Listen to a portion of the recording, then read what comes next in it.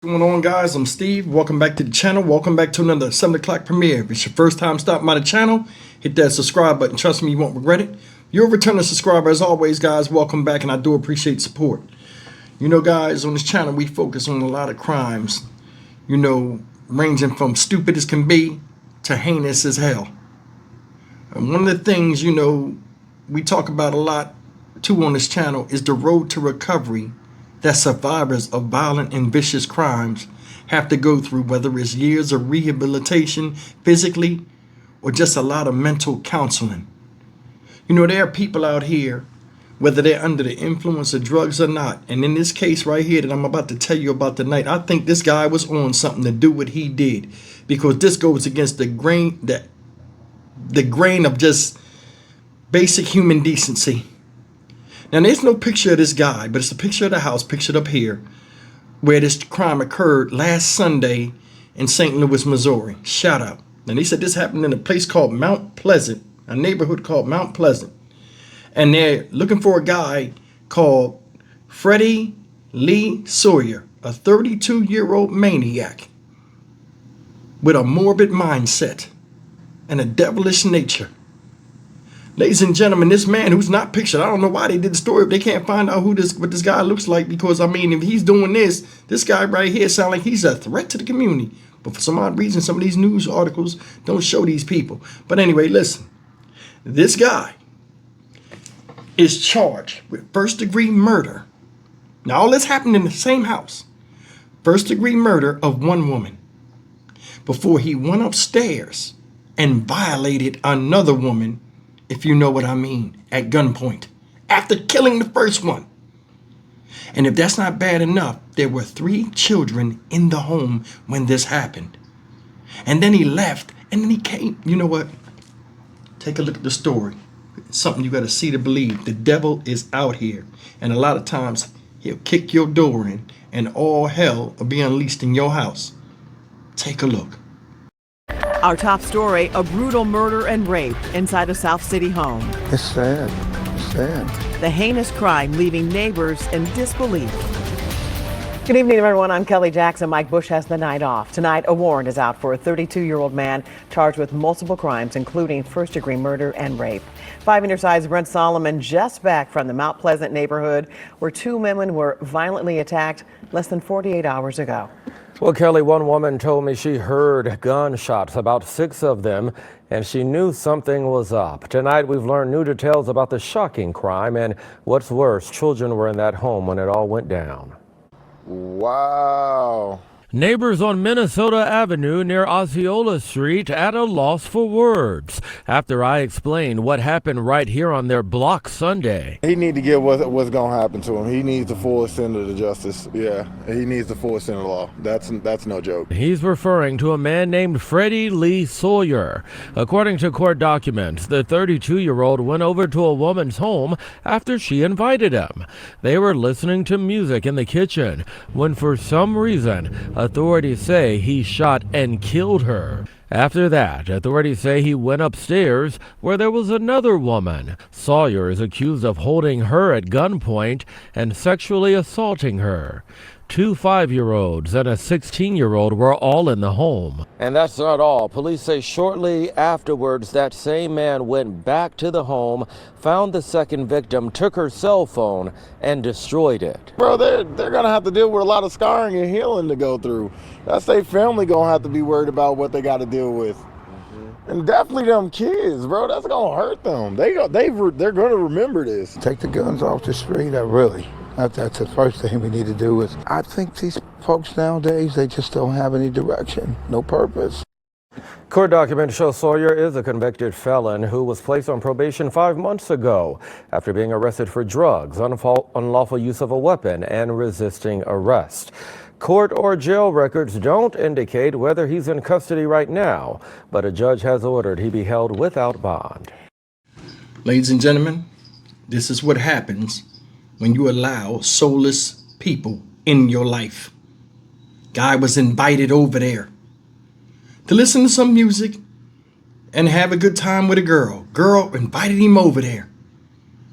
They in the kitchen listening to some jams. All of a sudden, she's dead in her own damn kitchen listening to music. A 16-year-old and two 5-year-old kids are in the house. He shoots her, kills her, then runs upstairs and gives the deed to another woman that I guess he fancied. See, when death and evil and stuff strike, a lot of times the chaos is a human tornado and it sweeps through the damn house. You went up there and violated a woman after killing one. Then you ran out of there and left. There were children in the house. Could you imagine how that was? Left the house, thought about it. Damn, let me go back and make sure I can make a clean getaway. Go back in there after you just crushed somebody's spirit by invading their body like a foreign enemy. And you take the phone and tear up her only way to call for help with a body downstairs, also caused by you. Now, this guy right here, he's given no bond. But you know what they'll give him? They'll give this devil due process, even though the process of death is due for him. If what they're saying is true, soon as you find him, you eradicate him right there. There would be a hole dug somewhere with his name on it, and he'd go right in it. There are people out here that have no soul and they don't have no feelings. They don't care about what they do in front of children. They don't care about the effects of what they do in front of children, how it will affect them later on.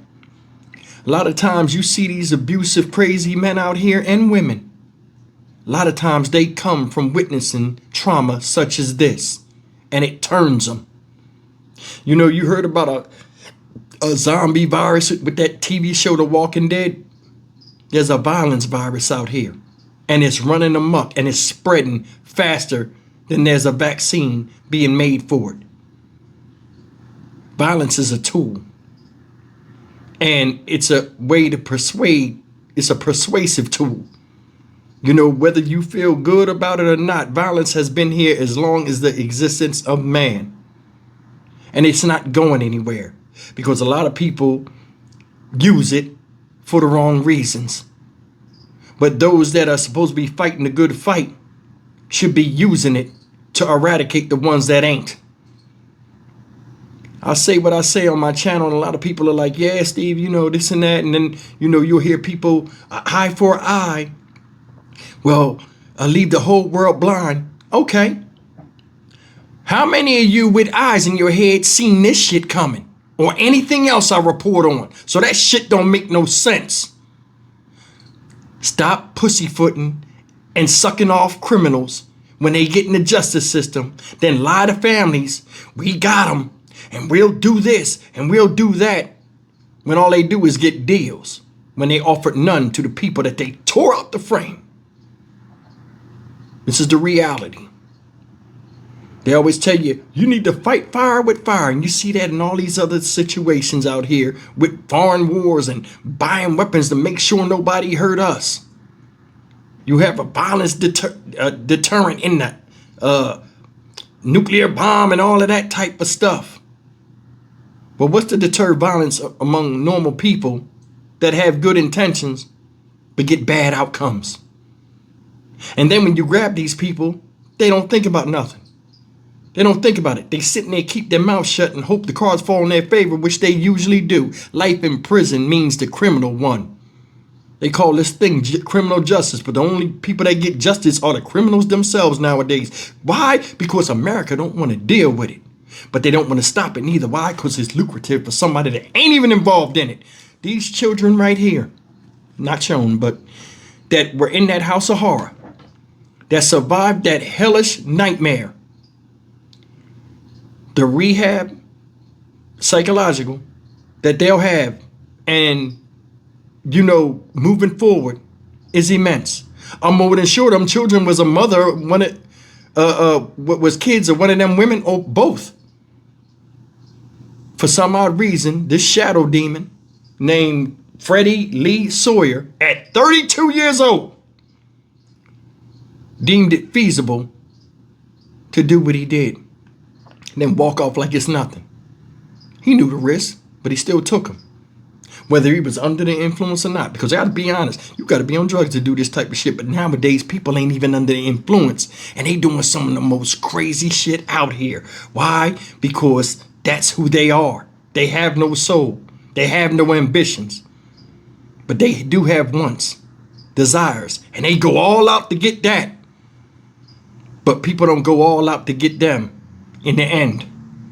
I'm gonna leave it at that. You seen this guy, Charlie Kirk. I'll give you a perfect example. I don't know the man, and it's unfortunate what happened to him, but I want you to really pay attention. People pick and choose who they want to martyr. That guy died viciously. He died viciously. They treating this guy like he was JFK. Brought him back in a plane. Uniformed people bringing him out of the plane. He rode on Air Force Two, the president's private jet. They don't even do that for people that die in war. Governor got on TV, sucked him off. Talked like he was the greatest thing. FBI guy sat up there. The Indian dude, leader of the FBI. Stupidest quote I ever heard in history. Rest well, brother. We have the watch. I will see you in the halls of Valhalla. I ain't never seen no Indian Viking, have you? I ain't know this guy. Last thing I know, this guy was a Christian debating people. How the fuck did he turn into a Norseman? How'd he turn into Ragnar Lothbrok? It's crazy. People pick and choose who they want to idolize. What about these people? What about them? What heroes welcome do they get back? What sympathetic cry across the nation do they get? What new laws do they jump up and say, you know what, this is the last time this will happen? How much outpouring support do these children get? Think about it. This is the reality that's out here. Every life is precious. And it's nothing against Charlie Kirk or the people that cared about him, because I mean, those that were affiliated with him have a right to mourn the way they want to mourn. But shit like this with common folk like you and I, stuff like this happening to them, that's cause for a national cry too. Because anybody at any given time can be a victim of violence and incessant evil that's plaguing everything around us, whether you in it or not. And I'm done with it. I'm Stock Market Steve for the Dynamic Reason channel. As always, like, comment, share, and subscribe. May this woman rest in peace. Prayers and condolences do go out to her family and the ones that have to recover from this madness that was left for them unjustly. See you in the next video. Take care.